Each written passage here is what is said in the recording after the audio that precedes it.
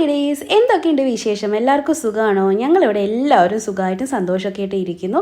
അമ്മ വന്നതിൽ പിന്നെ ഇവിടുത്തെ കുക്കിംഗ് ഒക്കെ ഭയങ്കര ഫാസ്റ്റാണ് കേട്ടോ. അമ്മയുടെ കൂടെ നിന്നിട്ടുണ്ടെങ്കിൽ പെട്ടെന്ന് കുക്കിംഗ് കഴിയും. അപ്പോൾ ഇന്ന് രാവിലെ നമുക്ക് ഇഡ്ഡലിയും ചട്നിയും ഒക്കെയാണ്. അപ്പോൾ ഞങ്ങളത് കഴിക്കാൻ വേണ്ടിയിട്ട് ഇരിക്കുകയാണ്. എല്ലാവരും കഴിപ്പൊക്കെ കഴിഞ്ഞു. ഞാൻ പിള്ളേരെ കാര്യം ആലോചിച്ചത് കേട്ടോ.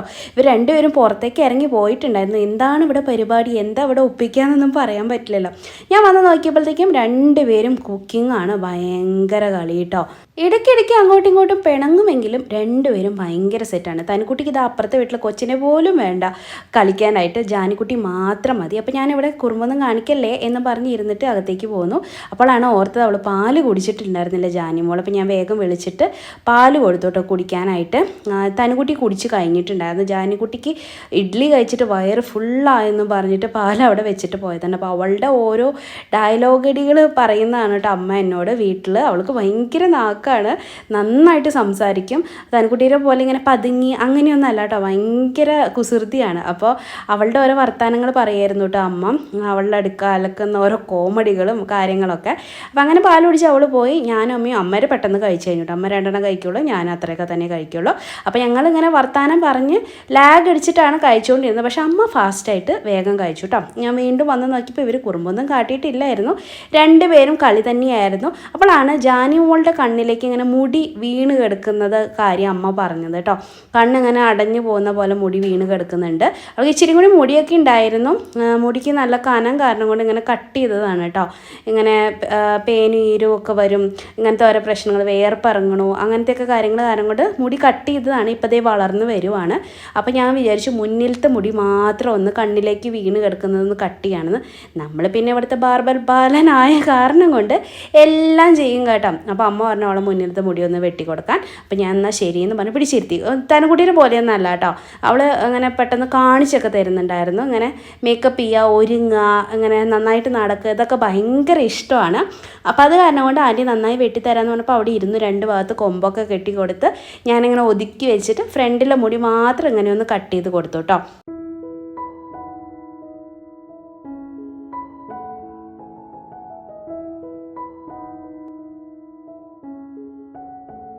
ജാനിക്കുട്ടി വന്നപ്പോൾ തൊട്ട് ചോദിക്കുന്നതാണ് കേട്ടോ, ആൻറ്റി എൻ്റെ കൂടെ മാത്രം ഒരു വീഡിയോ എടുക്കാൻ പോകുന്നത്. അപ്പം എന്നാൽ ശരിയെന്ന് പറഞ്ഞ് ഞങ്ങൾ മേലേക്ക് പോകുന്നു. ഞാനാണെങ്കിൽ ചെടിയും നനച്ചിട്ടില്ലായിരുന്നു. ഇവരിപ്പോൾ രാവിലെ നേരത്തെ എണീക്കണ കാരണം കൊണ്ട് ഒരുപാട് സമയമുള്ള പോലെയാണ് കേട്ടോ എനിക്ക് തോന്നുന്നത്. അപ്പോൾ ഞാനും ജാനിമോളും കൂടിയിട്ട് ചെടി നനയ്ക്കാൻ വന്ന്. ഇന്ന് വെയിലൊന്നും ഉദിച്ചിട്ടില്ലായിരുന്നു. പൊതുവേ ഇപ്പോൾ ഇങ്ങനെ കുറച്ച് ദിവസമായിട്ട് ഇങ്ങനെ മങ്ങി നിൽക്കലാണ് കേട്ടോ ഇവിടെ. അപ്പോൾ ജാനിക്കുട്ടിയാണ് ഇപ്പോൾ വെള്ളം ഒഴിക്കാനൊക്കെ എന്നെ ഹെൽപ്പ് ചെയ്യുന്നത്. അവൾക്ക് ചെടികളോട് ഭയങ്കര ഇഷ്ടമുണ്ടെന്ന് തോന്നുന്നു.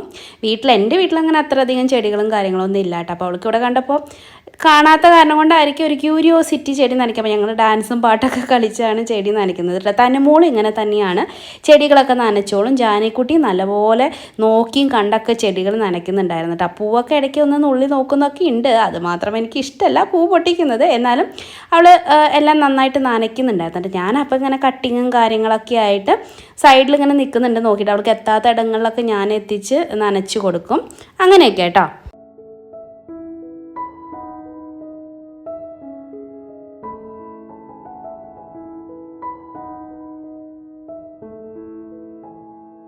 അങ്ങനെ ഞങ്ങളുടെ ചെടി നനയ്ക്കലൊക്കെ കഴിഞ്ഞപ്പോൾ ജാനിമോളുടെ കുറച്ച് ഫോട്ടോ എടുക്കാമെന്ന് വെച്ചിട്ട് ഞാൻ അവളെ ഇവിടെ പല പൂക്കളുടെയും ചെടികളുടെയും ഇവിടെയൊക്കെ നിന്ന് കുറച്ച് ഫോട്ടോസും കാര്യങ്ങളൊക്കെ എടുത്തായിരുന്നു കേട്ടോ. അപ്പോൾ അവൾ ചോദിക്കുന്നത്, ആൻറ്റി പൂക്കൾ കാണുമ്പോൾ ആൻറ്റിക്ക് എന്താ പൊട്ടിക്കാൻ തോന്നാത്തതെന്ന്. ഞാൻ പറഞ്ഞു പൂ പൊട്ടിക്കാനല്ല, അങ്ങനെ വിരിഞ്ഞ് നിൽക്കുന്നത് കാണാനാണ് ആൻറ്റിക്ക് ഇഷ്ടം കേട്ടോ. പൂ പൊട്ടിച്ചവർക്ക് വേദനയ്ക്കില്ലേ എന്നൊക്കെ പറഞ്ഞ് ഞാനിങ്ങനെ സമാധാനിപ്പിച്ച് കേട്ടോ. അപ്പോൾ അവൾ പറഞ്ഞു ഇനി ഞാനും പൂവൊന്നും പൊട്ടിക്കില്ല, അവർക്ക് വേദനിക്കുമെന്ന്. ഇഷ്ടപ്പെട്ടോ ആൻറ്റീൻ്റെ ഗാർഡൻ? ഇഷ്ടപ്പെട്ടോ? ഇതുപോലെ ചെടി വളർത്തിക്കോ. അപ്പം ജാനിമോൾക്ക് എന്നും പൂ കാണാം. ചിലത് കൊഴിയും, കുറേ ദിവസം കഴിയുമ്പോൾ കുറച്ച് കൊഴിയും പിന്നെയും വിരിയും. കണ്ട കുഞ്ഞു കുഞ്ഞു മുട്ടുകൾ കണ്ട വേറെ വിരിയാനായിട്ട്. കണ്ട ഇതെല്ലാം കുഞ്ഞു ബേബി മുട്ടുകളാ, ബഡ്സ്. എന്താ പറയാ, ബഡ്സ്. അത് വിരിഞ്ഞ് പുതിയ പൂ ഉണ്ടാവും. ഇത്രയേ ഉള്ളൂ. ഇഷ്ടപ്പെട്ടാ? പോവാം, താഴെ പോവാം.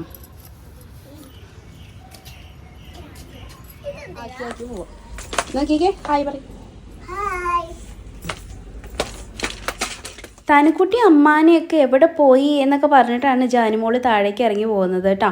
അവരെ കാണാണ്ട് ഓടി ചെല്ലുകയാണ്. ചെടി നനയ്ക്കുന്ന നേരം അത്രേ അവൾ ഓർത്തേ ഇല്ല കേട്ടോ അവരെ പറ്റിയിട്ട്. അപ്പോൾ അങ്ങനെ ഞങ്ങൾ അകത്തേക്ക് കയറുകയാണ്. അപ്പം നേരം പെട്ടെന്ന് പോയി. ഇന്ന് നമുക്ക് വേറൊരു ഗസ്റ്റ് നമ്മുടെ വീട്ടിലേക്ക് വരാനായിട്ടുണ്ടായിരുന്നു കേട്ടോ.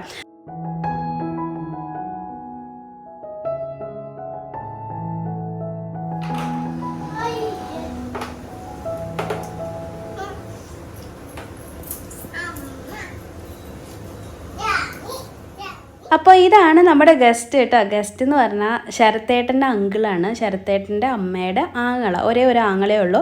അപ്പോൾ അങ്കിള് ഞങ്ങളുടെ വീട്ടിലേക്ക് വന്നതാണ്. അപ്പോൾ ഞാൻ അമ്മയും കൂടിയിട്ട് ഇങ്ങനെ കുക്കിങ് കാര്യങ്ങളൊക്കെ പെട്ടെന്ന് തീർത്തു. തട്ടിക്കൂട്ടായിരുന്നു, പെട്ടെന്ന് ഉണ്ടാക്കിയതാണ്. ചെറിയ പ്ലാനിങ് ഉണ്ടായിരുന്നില്ല എന്നല്ല, എന്നാലും അപ്പോൾ ഇതൊക്കെയാണ് വിഭവങ്ങൾ കേട്ടോ. സാമ്പാർ ഉണ്ടായിരുന്നു, മട്ടൻ കറി ഉണ്ടായിരുന്നു, മീൻ വറുത്തതുണ്ടായിരുന്നു, പിന്നെ അങ്കിളിന് അവിയൽ ഇഷ്ടമാണ്, അപ്പോൾ അവിയൽ ഉണ്ടാക്കിയിട്ടുണ്ടായിരുന്നു. അതുപോലെ മാങ്ങ കട്ട് ചെയ്ത് വെച്ചിട്ടുണ്ട്, കുക്കുംബർ സാലഡ് ഉണ്ടാക്കി വെച്ചിട്ടുണ്ട്, പിന്നെ പപ്പടം കാച്ചിട്ടുണ്ടായിരുന്നു, സ്വീറ്റായിട്ട് പായസം ഉണ്ടായിരുന്നു കേട്ടോ. അപ്പോൾ അവരെ ഊണ് കഴിക്കാനായിട്ട് ഇരുത്തി. അങ്കിള് കുറച്ച് ലേറ്റായിട്ടാണ് ഇവിടേക്ക് എത്തിയത് കേട്ടോ.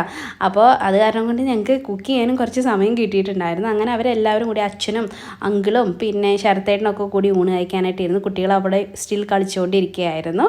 അങ്കിളുടെ മോൾക്ക് ഇവിടെ ജോലിയായിട്ട് അവളെവിടെ ആക്കാനായിട്ട് വന്നതാണ്. അവളെ ഹോസ്റ്റലിലാക്കിയതിന് ശേഷമാണ് അങ്കിൾ ഇങ്ങോട്ട് വന്നത്. അതുകൊണ്ടാണ് ലേറ്റായി പോയത് കേട്ടോ. പിന്നെ അങ്കിൾ ഇവിടെ ആദ്യമായിട്ടാണ് നമ്മുടെ വീട്ടിൽ വരുന്നത്. നമ്മുടെ ഹൗസ് വാമിങ്ങിനൊന്നും വരാനായിട്ട് പറ്റിയിട്ടില്ലായിരുന്നു, നാട്ടിലല്ലായിരുന്നു, അത് കാരണം കൊണ്ട് കേട്ടോ. അപ്പോൾ അങ്ങനെ ആദ്യമായിട്ടാണ് വരുന്നത്. അതുകൊണ്ട് ഞാൻ നന്നായിട്ട് വിഭവങ്ങളൊക്കെ ഒരുക്കി കഴിക്കാനായിട്ട് കൊടുത്തിട്ടുണ്ടായിരുന്നു, ആദ്യമായിട്ട് വീട്ടിൽ വരുന്ന കാരണം കൊണ്ട് കേട്ടോ. അപ്പോൾ അച്ഛനോടൊക്കെ വർത്താനൊക്കെ പറഞ്ഞ് ആണ് അവർ ഊണൊക്കെ പതുക്കെയാണ് കഴിച്ചത് കേട്ടോ. ഊണെല്ലാം കഴിഞ്ഞ് നമ്മൾ പ്രൈമിൽ സിനിമ കണ്ടുകൊണ്ടിരിക്കുകയായിരുന്നു. അപ്പോൾ ആ നേരം കൊണ്ട് ഞാൻ ഇവരുടെ രണ്ടുപേരുടെ കയ്യിലും മെഹന്തി ഇട്ട് കൊടുത്തു കേട്ടോ. കുറച്ച് ദിവസമായി പറയുന്നത് ഇട്ട് വന്ന് അന്ന് തൊട്ട് ജാനിമോൾ പറയുന്നതാണ്. അപ്പോൾ ഇന്നാണ് എനിക്ക് ഒന്ന് ഒഴിവ് കിട്ടിയത് കേട്ടോ. അപ്പോൾ ഞാനിന്ന് ഇട്ട് കൊടുത്തപ്പോൾ അവർ അങ്കിളിനെയൊക്കെ കാണിച്ചു കൊടുക്കായിരുന്നു. എങ്ങനെയുണ്ടെന്ന് നിങ്ങളൊന്ന് പറയും. ഞാൻ ഇവരെ കുഞ്ഞിക്കൈയിൽ മെഹന്തി ഇട്ടത്, അങ്കിൾ വന്ന് ഫോട്ടോ ഒക്കെ എടുക്കുന്നുണ്ടായിരുന്നു മെഹന്തി ഇട്ടത്. അപ്പോൾ അതൊക്കെ കഴിഞ്ഞപ്പോഴത്തേക്കും ഇവർ കൂടെ ഫോട്ടോ എടുക്കണം എന്ന് പറഞ്ഞിട്ട് ഇരിക്കുകയാണ് കേട്ടോ. അപ്പോൾ ജാനിമോളുടെയും തനുകുട്ടിയും വർത്താനൊക്കെ കേട്ടിട്ട് അങ്കിൾ ഭയങ്കര ചിരിയായിരുന്നു. കുഞ്ഞു കുട്ടികളല്ലേ, ഭയങ്കര നാക്കാണ് രണ്ടുപേർക്കും. അപ്പോൾ അവരെ വർത്താനം കേട്ട് ചിരിക്കുന്നതിൻ്റെ ഇടയിൽ ഞാൻ പറഞ്ഞത് എല്ലാവരും കൂടി ഇരിക്കും, ഞാൻ ഫോട്ടോ എടുക്കാമെന്ന് കേട്ടോ. അപ്പോൾ ശരത്തേട്ടൻ അങ്കിളിൻ്റെ അടുത്ത് വന്നിരുന്നതാണ്. ശരത്തേട്ടൻ്റെ മാമൻ എന്ന് പറയില്ലേ, അതാണ് കേട്ടോ ഈ അങ്കിള്. ഷാജി എന്നാണ് പേര്. കോട്ടയത്ത് തന്നെയാണ് താമസം കേട്ടോ. അപ്പോൾ അങ്ങനെ ഫോട്ടോ ഒക്കെ എടുത്ത് വൈകുന്നേരത്തോടു കൂടി അങ്കിൾ പോയിട്ട്, വൈകുന്നേരമായിരുന്നു അങ്കിളിൻ്റെ ട്രെയിൻ.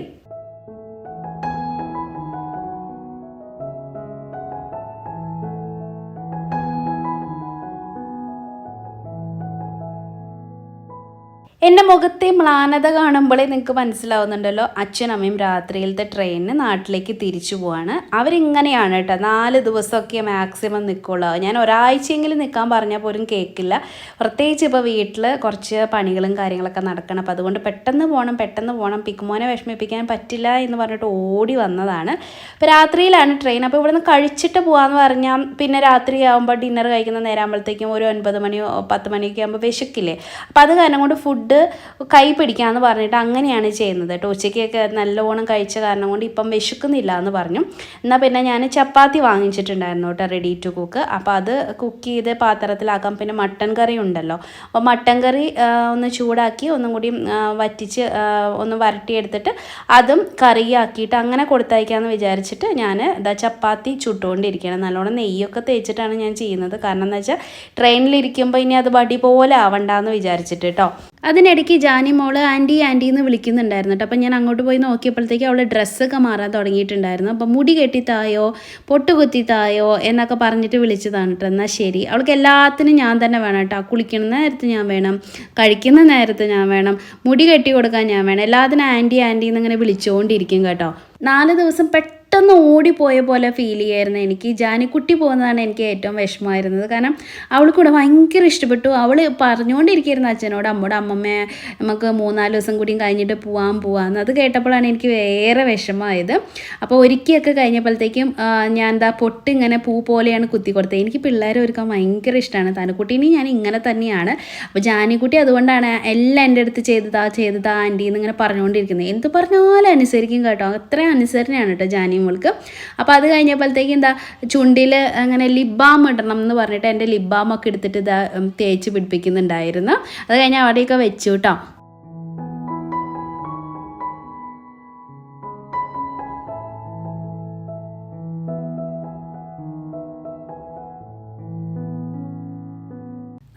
അവർക്ക് ഇറങ്ങാനുള്ള സമയമായി. അപ്പോൾ ഇന്ന് ഇച്ചിരി നേരത്തെ ഇറങ്ങാമെന്ന് പറഞ്ഞു. കാരണം എന്താ വെച്ചാൽ മഴയൊക്കെ വരുന്നുണ്ടായിരുന്നു. അപ്പോൾ ബാഗും പെട്ടികളൊക്കെ എടുത്തു. പിക്കു ഇന്നാണ് കേട്ടോ ആദ്യമായിട്ടൊന്ന് കരയാണ്ടിരുന്നത്. അല്ലെങ്കിൽ എല്ലാ പ്രാവശ്യവും അച്ഛനമ്മയും തിരിച്ചു പോകുമ്പോൾ അവൻ ഭയങ്കര കരച്ചിലായിരിക്കും.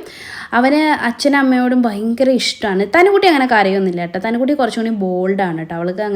അവൾ കരയൊന്നുമില്ല എത്ര വിഷമം വന്നാലും. പിക്കുമോൻ അങ്ങനെയല്ല, അങ്ങനെ ലോല ഹൃദയമാണ്. അതുകൊണ്ട് തന്നെ അവൻ പെട്ടെന്ന് കരഞ്ഞു പോട്ടെ. അപ്പോൾ തനുകുട്ടി ഉണ്ട് അച്ഛൻ്റെ അമ്മേനും ബ്ലെസ്സിങ്സ് ഒക്കെ വാങ്ങിക്കുന്നത്. ഞാൻ എപ്പോഴും പറഞ്ഞു കൊടുക്കാറുണ്ട്, മുതിർന്നവരെ കാണുമ്പോഴും ഒക്കെ എപ്പോഴും നമ്മൾ കാല് തൊട്ട് തൊഴണമെന്ന്. പിക്കു അതങ്ങനെ ഓർക്കാറില്ല, ഞാൻ പറഞ്ഞാൽ മാത്രമേ ചെയ്യുള്ളൂ. തനുകുട്ടി അങ്ങനെയല്ല കേട്ടോ. അവൾ അറിഞ്ഞ് മനസ്സിൽ ഓർത്ത് അവൾ ചെയ്യും കേട്ടോ. അപ്പോൾ അങ്ങനെ അച്ഛനും അമ്മയും ഇറങ്ങാണ് കേട്ടോ. അപ്പോൾ ഇറങ്ങണ നേരമായപ്പോൾ തനുക്കുട്ടിക്ക് ഇങ്ങനെ ഒരു വിഷമം കേട്ടോ. അടുത്ത എൻ്റെ ബർത്ത്ഡേക്ക് വരണം എന്നൊക്കെ പറഞ്ഞിട്ടാണ് അവരെങ്ങനെ ചട്ടം കെട്ടി വെച്ചിട്ടുണ്ട് കേട്ടോ. അച്ഛൻ കണ്ടോ, എപ്പോൾ ഇറങ്ങുമ്പോൾ അച്ഛൻ അവരുടെ കയ്യിൽ എന്തെങ്കിലും ഒരു പൈസ കൊടുക്കട്ടെ, എന്തെങ്കിലും മിഠായി മേടിച്ചോ എന്ന് പറഞ്ഞിട്ട്. ഞാൻ ഓർക്കായിരുന്നു എല്ലാ അച്ഛന്മാരും അമ്മമാരും ഇങ്ങനെ തന്നെയാണെന്ന് തോന്നുന്നുണ്ട്. പ്രത്യേകിച്ച് അമ്മേരെ വീട്ടിൽ പോകുമ്പോൾ. ഞാനും അത് ചെറുപ്പത്തിൽ എൻ്റെ അമ്മേരെ വീട്ടിൽ പോകുമ്പോൾ ഉണ്ടല്ലോ, എൻ്റെ അച്ഛനും അമ്മമ്മയും ഇങ്ങനെ തന്നെയായിരുന്നു കേട്ടോ. 50 രൂപയും 20 രൂപയും 30 രൂപയൊക്കെ തരുമ്പോഴത്തേക്കും ഭയങ്കര സന്തോഷമായിരുന്നു. എന്തെങ്കിലും അവരുടെ കയ്യിലുള്ളത് നമ്മുടെ കയ്യിൽ ചുരുട്ടി കയ്യിൽ പിടിച്ച് തന്നിട്ടേ പോകാറുള്ളൂ കേട്ടോ. അതെനിക്ക് പെട്ടെന്ന് ഓർമ്മ വന്നു. ഇപ്പോൾ അച്ഛനും അമ്മയും അങ്ങനെ തന്നെയാണ് കേട്ടോ. എപ്പോൾ ഇവരെ കാണുമ്പോഴും ഇങ്ങനെ തന്നെയാണ്. അവർക്ക് എന്ത് കൊടുത്താലും മതിയാവില്ല. കുട്ടിക്കാലത്തെ ഏറ്റവും നല്ല ഓർമ്മകൾ എന്താണെന്ന് എന്നോട് ചോദിച്ചിട്ടുണ്ടെങ്കിൽ ഞാൻ എപ്പോഴും പറയാൻ ആഗ്രഹിക്കുക എൻ്റെ അമ്മേരെ വീട്ടിൽ പോകുന്ന കാര്യമാണ് കേട്ടോ. എൻ്റെ അമ്മേരെ വീട്ടിൽ എൻ്റെ അമ്മമ്മ എന്നെ എല്ലാ സ്കൂൾ വെക്കേഷനും വന്ന് കൊണ്ടുപോകും. കാര്യം അമ്മമ്മേൻ്റെ വഴക്കൊക്കെ പറയും, പൂവും കായൊക്കെ പൊട്ടിച്ച്. എനിക്കിപ്പോൾ അത് മനസ്സിലാവും.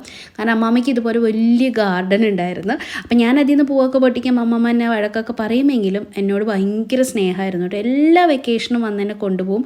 അച്ഛനാണെങ്കിൽ അച്ഛനുള്ളപ്പോൾ അച്ഛൻ കൊണ്ടുപോകും. സ്കൂൾ തുറക്കുന്ന സമയമാകുമ്പോൾ ഞങ്ങൾക്ക് കുടയും അങ്ങനത്തെ സാധനങ്ങളൊക്കെ വാങ്ങിച്ച് തരും കേട്ടോ. അപ്പോൾ ആ ഒരു ഓർമ്മയാണ് കേട്ടോ എനിക്ക് ചെറുപ്പത്തിൽ. അതേ ഓർമ്മകൾ ഇവർക്കും വലുതാവുമ്പോൾ ഉണ്ടാവുമെന്നാണ് ഞാനിപ്പോൾ വിശ്വസിക്കുന്നത് കേട്ടോ. ഇങ്ങനെയുള്ള മെമ്മറീസ് നിങ്ങൾക്കുണ്ടെങ്കിൽ കമൻറ്റ് സെക്ഷനിൽ ഒന്ന് പറഞ്ഞോളൂ. അപ്പോൾ അടുത്ത നമ്മുടെ കുഞ്ഞു കുഞ്ഞു വിശേഷങ്ങളായിട്ടുള്ള വ്ളോഗായിട്ട് ഞാൻ വരുന്നതായിരിക്കും. അതുവരെയ്ക്കും നന്ദി, നമസ്കാരം.